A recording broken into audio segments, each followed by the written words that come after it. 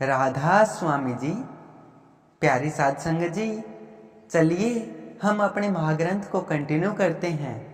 आज हम इस वीडियो में जानेंगे कि 8वीं कक्षा की परीक्षा में हुजूर महाराज जी बड़े महाराज जी के आशीर्वाद से कैसे सफल हुए। तो चलिए बिना देरी के शुरू करते हैं। प्यारी साध संगत जी, हुजूर साहब की माता जी एक धार्मिक स्त्री थी और उन्होंने बड़े महाराज जी से नाम की बख्शीश भी प्राप्त की थी।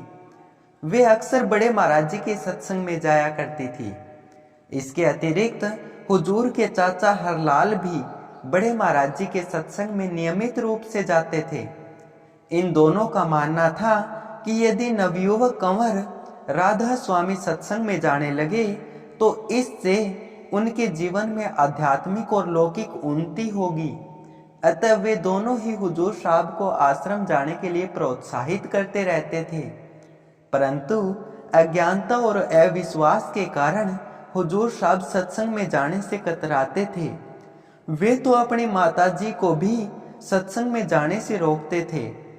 एक बार जब हुजूर साहब ने खुद को दुविधा में पाया तो उन्होंने सोचा कि जिस भक्त मतलब बड़े महाराज जी के पास उनकी माताजी जाती है उनसे अपनी समस्या साझा की जाए। उनका संघर्ष यह था कि वे 8वीं कक्षा की परीक्षा की तैयारी ठीक से नहीं कर पाए थे और परीक्षा में उत्तर भी संतोषजनक ढंग से नहीं लिख पाए थे। इसलिए उन्होंने अपनी माताजी से कहा कि यदि उनके महाराज जी वास्तव में परमात्मा है तो वे उनके परीक्षा परिणाम के बारे में पूछे।